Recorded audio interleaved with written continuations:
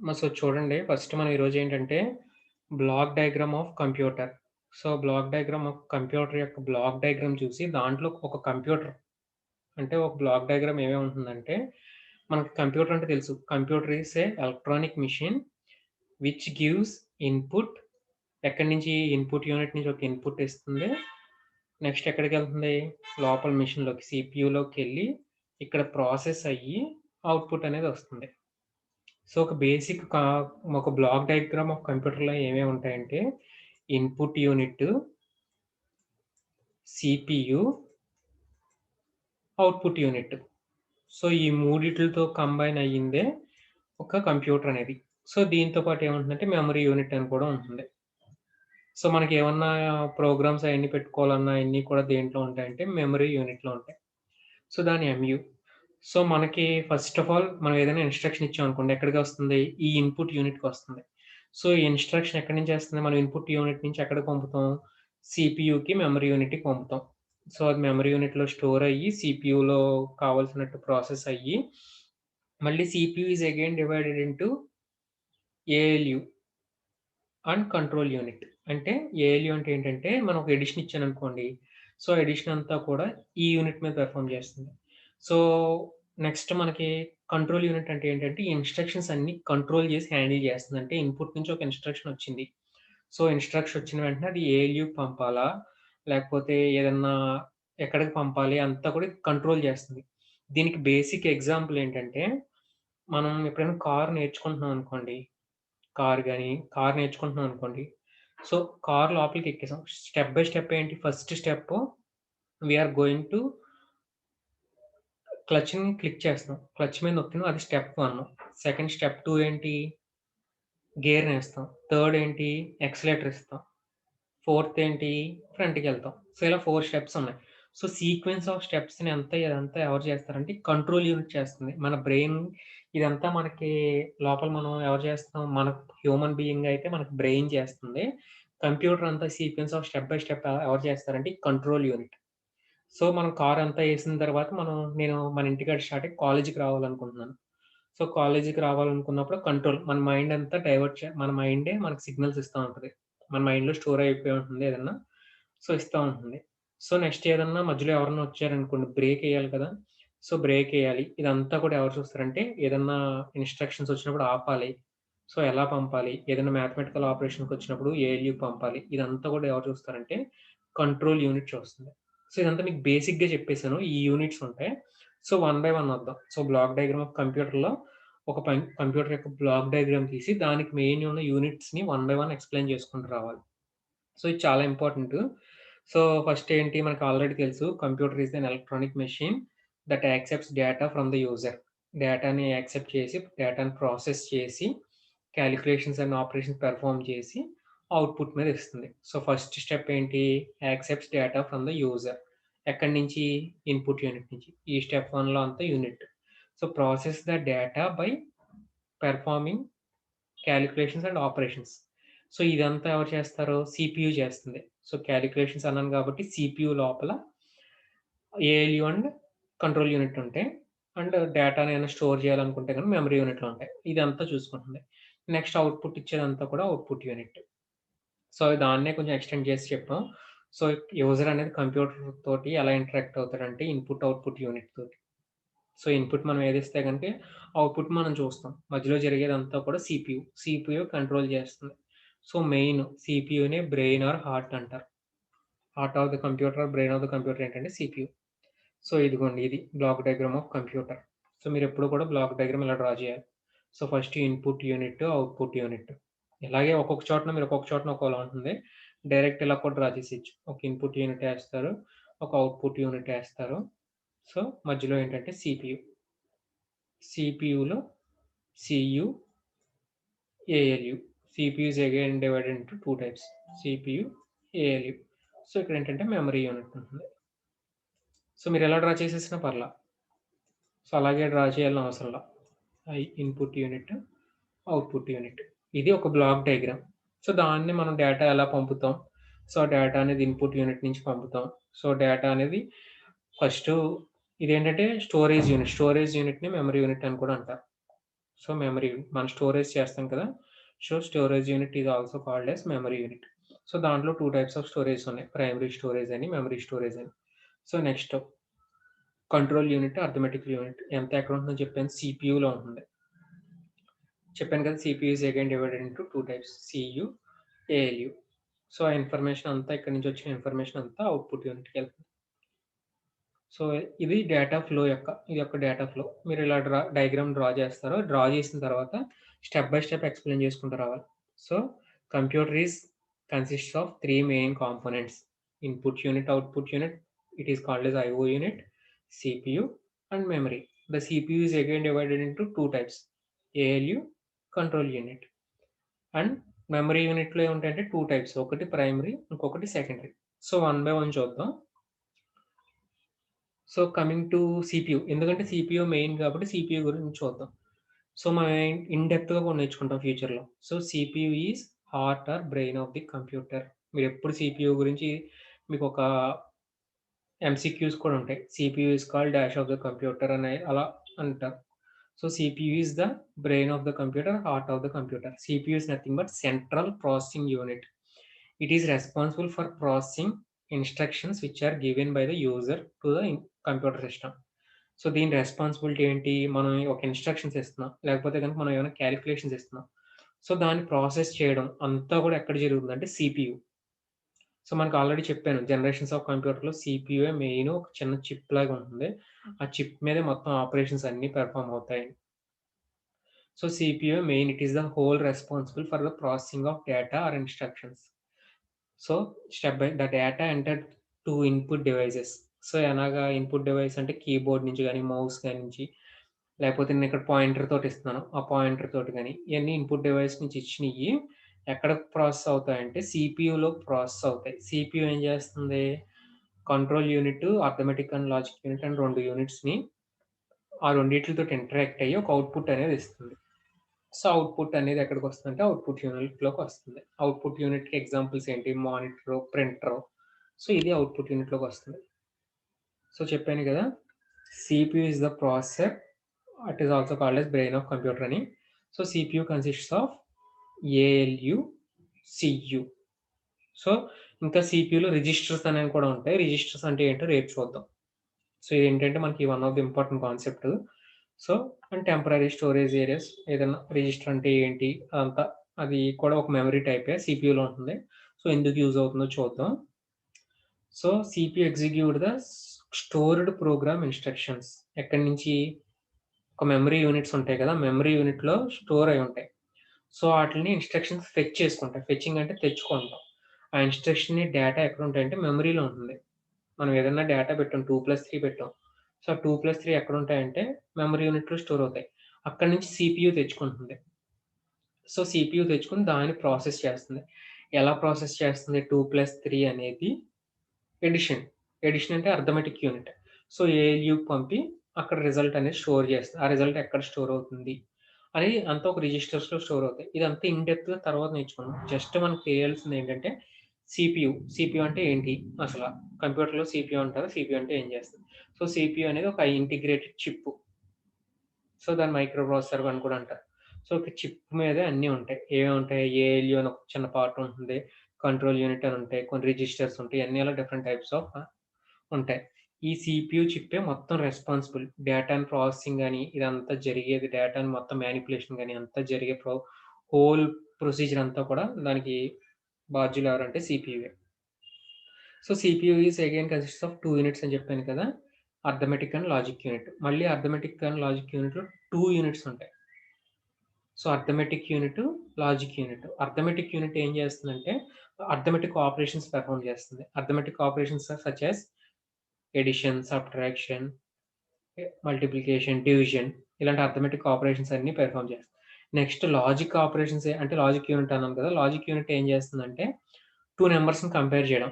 ఏ greater than బియా, ఏ less than బియా, 2 greater than 3 లేకపోతే 2 is equal to 2 so, ఇలాంటి logical operations అన్నీ. Next special characters ఏమన్నా ఉంటే గనక ఆటిల్ని లాజికల్‌గా ఎలా కంపేర్ చేయాలి అదంతా కూడా ఈ లాజికల్ ఆపరేషన్స్ అనేది చూసుకుంటుంది. అర్థమైంది కదా! సో, అర్థమెటిక్ యూనిట్ అంతా అర్థమెటిక్ ఆపరేషన్స్ పెర్ఫార్మ్ చేయడానికి సచ్ యాస్ అడిషన్, సబ్ట్రాక్షన్ అయ్యి లాజిక్ యూనిట్ అంతా కూడా కంపేర్ చేయడానికి, లేకపోతే లాజికల్ షిఫ్ట్ రైట్ అని అన్నీ కూడా ఈ లాజికల్ యూనిట్ చేస్తది. So, control unit. So, control unit of computer does not do ఇదేంత ప్రాసెస్ చేయదు. సో, డేటాని ఏం ప్రాసెస్ చేయదిది. ఈ డేటాని ఎక్కడికి పంపాలి? సో, ఆర్గనైజ్ చేస్తుంది. సో, కంట్రోల్ యూనిట్ అనేది ఆర్గనైజర్ టైప్. సో, మనం ఏదైనా మ్యారేజ్ చేసుకుంటున్నాం అనుకోండి. సో, మ్యారేజ్‌కి కావాల్సినట్టు ఒక ఆర్గనైజర్‌ని పెట్టుకుంటాం. సో, ఆర్గనైజర్ అంతా దాని రెస్పాన్సిబుల్ ఏంటి? ఆహ్, మనం ఇక్కడి నుంచి కళ్యాణ మండపం ఎళ్తే చాలు. ఆ కళ్యాణ మండపంలోనే ఆర్గనైజర్ అంతా కూడా దాని మొత్తం అంతా ఏం చేసేస్తాడు అంతా, ఎక్కడ పెట్టాలి, ఫుడ్ అనేది ఎక్కడ ఆర్డర్ చేయాలి, అంతా ఒక ఆర్గనైజ్ చేసేస్తాడు. అంటే సీటింగ్ గాని, నెక్స్ట్ ఆహ్, ఒకసారి వీఐపీ సీటింగ్ అని అలా అంతా ఆర్గనైజ్ చేసేస్తాడు. So, control unit type organiser. So, it acts as a supervisor and coordinates the activity. So, ఇదేంటంటే ఇన్‌పుట్, అవుట్‌పుట్ డివైసెస్‌కి కోఆర్డినేట్ చేసుకుంటా ఉంటుంది. అంటే అక్కడి నుంచి వచ్చిన డేటాని ఎక్కడికి పంపాలి. సో, ఆపరేషన్ పెర్ఫార్మ్ చేసిన తర్వాత మళ్ళీ అవుట్‌పుట్‌కి ఎలా పంపాలి. సో, ఇదంతా whole responsibility. CU tells when to fetch data. డేటాని ఎప్పుడు తెచ్చుకోవాలి. సో, ఇదంతా. సో, నెక్స్ట్ సీపీయూలోని ఇన్‌స్ట్రక్షన్ సెట్టు ఇదంతా కూడా కంట్రోల్ యూనిట్టే పెర్ఫార్మ్ చేస్తుంది. సో, అర్థమైంది కదా! సీపీయూ అంటే ఏంటో. So, next memory unit. So, memory యూనిట్‌లో ఏంటంటే క్యాచీ మెమరీ, ప్రైమరీ మెమరీ అని 2 టైప్స్ ఆఫ్ ఉంటాయి. So, cache memory, primary memory అంటే ఏంటో ఇన్ డెప్త్‌గా మనం ఎప్పుడు చూద్దామంటే విడిగా ఉన్నాయి. అంటే ఇన్ డెప్త్‌గా కొంచెం ఎక్కువ టాపిక్స్ ఉన్నాయి యూనిట్ 2లో. అప్పుడు చూద్దాం. So, primary memory is also called as main memory. So, main memory అంటే ఏంటంటే కంప్యూటర్ యూజ్ చేసుకునే మనం ఎప్పుడైతే ప్రోగ్రామ్ పెడతాం కదా! ఆ ప్రోగ్రామ్సు లేకపోతే గనుక మనం ఇప్పుడు రీసెంట్‌గా ఒక 2+3ని స్టోర్ చేసాం. సో, ఇదంతా కూడా ఎక్కడ స్టోర్ అవుతుందంటే ప్రైమరీ మెమరీలోనే స్టోర్ అవుతుంది. సో, దాంట్లో 2 టైప్స్ ఉన్నాయి. ఒకటి ర్యాము, ఇంకొకటి రోము. ర్యామ్ అంటే ఏంటంటే రాండమ్ యాక్సెస్ మెమరీ. రోమ్ అంటే ఏంటంటే read only memory. Random access memory అంటే ఏంటంటే ఇదెప్పుడు కూడా మన కంప్యూటర్ ఆన్‌లో ఉన్నప్పుడు మనం కంప్యూటర్ ఆన్‌లో ఉందనుకోండి, మనం ఇప్పుడు మీరు సి ప్రోగ్రామ్ ఎప్పుడైనా సి నేర్చుకుంటున్నారు. ఒక సి ప్రోగ్రామ్ రాసారు. సి ప్రోగ్రామ్ ఎక్కడ స్టోర్ అవుతుందంటే ర్యామ్‌లో స్టోర్ అవుతుంది. దాని అవుట్‌పుట్ అంతా ఎక్కడ స్టోర్ అవుతుందంటే ర్యామ్‌లో స్టోర్ అవుతుంది. సో, ర్యామ్‌లోంచి డేటాను తెచ్చుకోవడం అంటే 2+3 అన్నీ స్టోర్ అవుతాయి కదా! ఇయన్నీ ఇక్కడి నుంచి తెచ్చుకుంటాయి. సో, మీరు ఎప్పుడైతే సేవ్ చేసారో అదేంటంటే సెకండరీ మెమరీలో స్టోర్ అవుతుంది. సో, ఈ మీ ప్రోగ్రామ్‌ని ఎస్ఆర్‌కేఆర్ డాట్ సి అని ఒక ప్రోగ్రామ్ చేశారు. సేవ్ చెయ్యక ముందర మీరంతా ప్రాసెస్ చేసుకుంటా ఉంటున్నారు. అప్పుడు ఆ ప్రాసెస్ జరిగిందంతా కూడా ర్యామ్‌లో స్టోర్ అవుతుంది. ఎప్పుడైతే సేవ్ చేసారో అప్పుడంతా కూడా ఎక్కడ స్టోర్ అవుతుందంటే సెకండరీ మెమరీ. అంటే సెకండరీ మెమరీ అంటే మన హార్డ్ డిస్కు అయన్నీ. సో, ర్యామ్ అంటే ఏంటంటే ఇదెక్కడ ఉంటుందంటే సీపీయూకి దగ్గరలో ఉంటుంది. సీపీయూకి దగ్గరలో ఉంటుంది. ఇన్‌స్ట్రక్షన్స్‌ని ఫాస్ట్‌గా తెచ్చుకోవడానికి ర్యామ్‌లో పెడతాం. సో, అప్పటికప్పుడు యూజ్ చేయాల్సిన ఇన్‌స్ట్రక్షన్స్ అన్నీ కూడా ర్యామ్‌లో ఉంటాయి. సో, రోమ్ అంటే ఏంటంటే రీడ్ ఓన్లీ మెమరీ. మన సిస్టమ్ ఆఫ్ అయిపోతుంది. సిస్టమ్ ఆన్ చేయాలనుకుంటే గనక, మనకి ఫస్ట్ ఏమవుతుంది రీబూట్ అయిన వెంటనే ఓఎస్ అనేది ఇన్‌స్టాల్ అవుతుంది. ఓఎస్ అనేది ఇన్‌స్టాల్ అయ్యి వెల్కమ్ విండోస్ అని సమ్ వస్తాయి కదా! సో, దానికి కావాల్సిన డేటా అంతా కూడా రోమ్‌లో ఉంటుంది. అంటే ఓఎస్‌కి సంబంధించిన డేటా. ఇది ఓన్లీ రీడ్ చేసుకోగలం. దీన్ని మనం ఏమి రైట్ చేయలేం. మానిప్యులేట్ చేయలేం. సో, అందుకే దీన్ని రీడ్ ఓన్లీ మెమరీ అంటాం. సో, దీంట్లో రోమ్‌లో డిఫరెంట్ టైప్స్ ఆఫ్ రోమ్స్ ఉన్నాయి. అయన్ని తర్వాత చూడొచ్చు. సో, మెయిన్ మెమరీ కాకుండా సెకండరీ మెమరీ అన్నాం. Secondary memory is nothing but pen drives, లేకపోతే హార్డ్ డిస్కు ఇయన్నీ కూడా సెకండరీ మెమరీ అంటాం. సో, ప్రైమరీ మెమరీ ఎప్పుడు కూడా సీపీయూకి దగ్గరలో ఉంటుంది. సీపీయూ ఫాస్ట్‌గా తెచ్చుకోవాలనుకుంటే గనక ప్రైమరీ మెమరీని తెచ్చుకుంటుంది. సో, ప్రైమరీ మెమరీ తర్వాత సెకండరీ మెమరీ ఉంటుంది. ఇక్కడి నుంచి కూడా తెచ్చుకుంటుంది. కానీ కొంచెం సో, దీంట్లో ఏంటంటే ఏదన్నా డేటాను స్టోర్ చేయాలి అలాంటప్పుడు దీంట్లో. సో, మనం ఎప్పుడైనా డేటాను ఫాస్ట్‌గా వాడుతున్నంతా కూడా ర్యామ్‌లో స్టోర్ అవుతుంది. సో, ర్యామ్‌లో స్టోర్ అయిందేంటంటే, మనం ఎప్పుడైతే దీన్నేమంటారంటే వాలటైల్ మెమరీ అంటాం. సో, ర్యామ్‌ని ప్రైమరీ మెమరీని వాలటైల్ అంటాం. సో, సెకండరీ మెమరీని నాన్ వాలటైల్ అంటాం. గుర్తుపెట్టుకోండి వాలటైల్, నాన్ వాలటైల్ చాలా ఇంపార్టెంట్. సో, వాలటైల్ అంటే ఏంటంటే, మనం సిస్టమ్ వర్క్ అవుతున్నంత సేపు దాంట్లో ఏదైతే ఉన్నాయో ఒక మెమరీ ఉంది. 2+3 స్టోర్ చేశాను. ఎక్కడ ర్యామ్‌లో స్టోర్ చేశాను. ర్యామ్‌లో 2+3 స్టోర్ చేశాను. సో, ఈ 2+3 ఎప్పటిదాకా ఉంటుందంటే, మన కంప్యూటర్ ఆన్‌లో ఉన్నంత వరకు మాత్రమే ఉంటుంది. మీరు కంప్యూటర్ ఆఫ్ చేసేస్తే ర్యామ్‌లో మెమరీ ఆటోమేటిక్‌గా ఎరేజ్ అయిపోతుంది. సో, దాన్నే వాలటైల్ అంటాం. ఎప్పుడైతే మనం కంప్యూటర్‌ని ఆఫ్ చేసేసామో, లేకపోతే ఏదైనా పవర్ పోయి, ఆఫ్ అయిపోయి మళ్ళీ ఆన్ అయినప్పుడు ఏంటంటే ర్యామ్‌లో ఉన్న మెమరీ ర్యామ్‌లో ఏదైతే డేటా ఉందో ఆ డేటా అంతా కూడా ఎరైజ్ అయిపోతుంది. అందుకే దాన్ని వాలటైల్ అంటాం. సెకండరీ మెమరీ ఏంటంటే నాన్ వాలటైల్. సో, సెకండరీ మెమరీలో ఏమేమి ఉన్నాయి? హార్డ్ డిస్క్, పెన్ డ్రైవ్స్ అయన్నీ ఉన్నాయి. సో, హార్డ్ డిస్క్‌లో ఉన్న డేటాని ఏదైనా సినిమాస్ సేవ్ చేసుకున్నా, ఏదన్నా ప్రోగ్రామ్స్ సేవ్ చేసుకున్నా, మనం ఎప్పుడు మన సిస్టమ్ ఆఫ్ చేసేసి, ఆన్ చేసినా సరే దాంట్లోనే ఉంటాయి. So, they are called permanent storage. So, దాన్నే ఏమంటారంటే సెకండరీ మెమరీ అంటాం. So, input, output unit. So, input మనం ఏమేమి చూసాం ఇప్పటిదాకా బ్లాక్ డయాగ్రామ్‌లో ఉన్న సీపీయూ గురించి అంతా నేర్చుకున్నాం. మెమరీ యూనిట్ గురించి నేర్చుకున్నాం. సో, ఇన్ డెప్త్ అవసరంలా. సో, అదేంటో మనం బేసిక్స్ నేర్చుకుంటే చాలు. ఇన్ డెప్త్ తర్వాత నేర్చుకోవచ్చు. సో, ఇదొక కాంపోనెంట్స్ ఉన్నాయి. ఐఓ యూనిట్ అనేది ఒక కాంపోనెంట్. సో, ఏంటి ఒకటి ఇన్‌పుట్ యూనిట్, ఇంకొకటి output unit. So, input unit అనేది దేనికి రెస్పాన్సిబుల్? కంప్యూటర్‌కి ఇన్‌పుట్ ఇస్తాం కదా! సో, ఈ ఇన్‌పుట్ అంతా కూడా input unit responsible. So, next output. Output యూనిట్‌కి ఏంటి మనకు అవుట్‌పుట్ వస్తది కదా! అవుట్‌పుట్ ఎలా వస్తుంది? ఇప్పుడు మీరు చూస్తున్నదేంటి? స్క్రీన్ నుంచి చూస్తున్నారు. మానిటర్ ద్వారా చూస్తున్నారు. లేకపోతే గనక మీరేదైనా సాంగ్ వింటున్నారు. ఒక ఆడియో పెట్టుకొని. అదొక అవుట్‌పుట్ యూనిట్. సో, అన్నీ కూడా రెస్పాన్సిబుల్. సాంగ్ రావాలి. బయటికి సాంగ్ వస్తుంది ఒక స్పీకర్‌లోకి. సో, దానికి రెస్పాన్సిబుల్ ఎవరు? అవుట్‌పుట్ యూనిట్టే. So, input unit, output unit అనేయి దానికి రెస్పాన్సిబుల్ అవుతాయి. సో, ఇన్‌పుట్ యూనిట్ అంటే ఏంటి? It gets the data and program from various input devices. So, దానికి డేటాని లేకపోతే ఏదైనా ప్రోగ్రామ్ గాని ఎక్కడి నుంచొస్తాయి?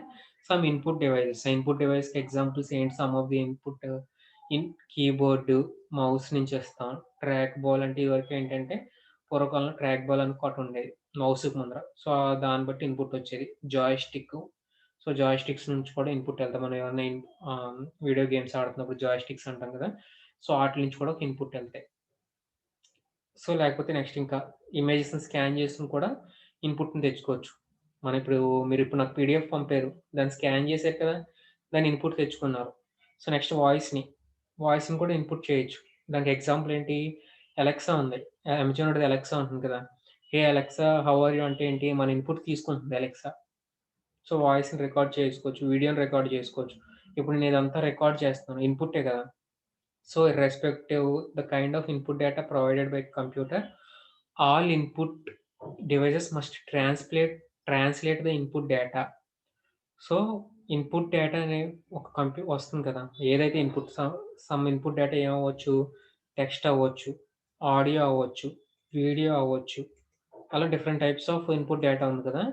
ఈ డేటా కూడా మొత్తం వచ్చిన డేటాని కంప్యూటర్ అనేది అర్థం చేసుకోవాలి. సో, ఇదంతా ఎవరు రెస్పాన్సిబుల్ అంటే ఇన్‌పుట్ యూనిటే రెస్పాన్సిబుల్. మెషిన్ రీడబుల్ ఫార్మ్‌లోకి అర్థం చేసుకునేదంతా రెస్పాన్సిబుల్ ఎవరంటే ఇన్‌పుట్ యూనిట్. సో, సిమిలర్‌గా అవుట్‌పుట్ యూనిట్ ఉంది. సో, అవుట్‌పుట్ యూనిట్ ఏంటి? డేటానంతా ప్రాసెస్ చేసిన తర్వాత దాన్ని డిస్‌ప్లే చేయడం. అంటే కంప్యూటర్‌కి అవైలబుల్ చేసేదంతా కూడా ఎవరు చేస్తారంటే అవుట్‌పుట్ యూనిట్ చూస్తుంది. సో, ఎలాగా? Via output devices. So, output డివైసెస్‌కి ఎగ్జాంపుల్స్ ఏంటి? డిస్‌ప్లే స్క్రీను, ప్రింటర్ అని, ప్లాటర్ అని, స్పీకర్ అని, లేకపోతే గనుక ఆడియో జాక్స్ అని అలా different types of output devices ఉన్నాయి. ఇయన్నీ కూడా దీని ద్వారా అవుట్‌పుట్ డేటా అనేది వస్తుంది. సో, నెక్స్ట్ ఏంటి అవుట్‌పుట్ యూనిట్ అంతా కూడా ఇప్పుడు ఇన్‌పుట్ యూనిట్ అంతా మెషిన్ అండర్‌స్టాండబుల్ చేసాం. సో, మెషిన్ అండర్‌స్టాండబుల్ నుంచి మళ్ళీ హ్యూమన్ అండర్‌స్టాండబుల్‌కి రావాలి కదా! మనం హ్యూమన్ ఇచ్చాం. హ్యూమన్ ఇన్‌పుట్ యూనిట్ ఏం చేసింది? మెషిన్ అండర్‌స్టాండబుల్‌లోకి చేసింది. మెషిన్ అండర్‌స్టాండబుల్ నుంచి మళ్ళీ మనకి రాదు కదా! హ్యూమన్ అండర్‌స్టాండబుల్‌కి రావాలి. సో, హ్యూమన్ అండర్‌స్టాండబుల్‌కి రావాలి అనుకుంటే గనక ఆ డేటాని మనిషి అర్థం చేసుకునేలాగా పెర్ఫార్మ్ చేయాలనుకుంటే గనక దాని whole responsibility output unit. So, అలా అవుట్‌పుట్ యూనిట్ యొక్క ఇంపార్టెన్స్ అది. సో, ఇది మనం నేర్చుకున్న బ్లాక్ డయాగ్రామ్ ఆఫ్ కంప్యూటర్ దాని యొక్క కాంపోనెంట్స్. సో, ఇన్ జనరల్‌గా ఫాస్ట్‌గా చెప్పేస్తున్నాను. బ్లాక్ డయాగ్రామ్ ఆఫ్ కంప్యూటర్‌లో ఏమేముంటాయి? It consists of 3 units. ఒకటి input unit, output unit, CPU. CPU is again divided into CU, AU and స్టోరేజ్‌కి మెమరీ యూనిట్. జస్ట్ ఇంతే. ఇన్‌పుట్ యూనిట్ అంటే ఇన్‌పుట్ ఇచ్చేది. ఎలా ఇన్‌పుట్ ఇస్తాం అంతా చెప్తాం. So, next సీపీయూలోకెళ్తుంది. స్టోరేజ్ అంతా కూడా మెమరీ యూనిట్‌లో జరుగుతుంది. సీపీయూ అంటే ఏంటంటే, ఏమన్నా ఆపరేషన్స్ పెర్ఫార్మ్ చేయాలా, ఇన్‌స్ట్రక్షన్స్ చేయాలన్నంతా కూడా సీపీయూ చూసుకుంటుంది. అక్కడి నుంచి ఔట్‌పుట్ వస్తుంది. సో, దీన్ని మనం బ్రీఫ్‌గా నేర్చుకున్నాం సింపుల్‌గా.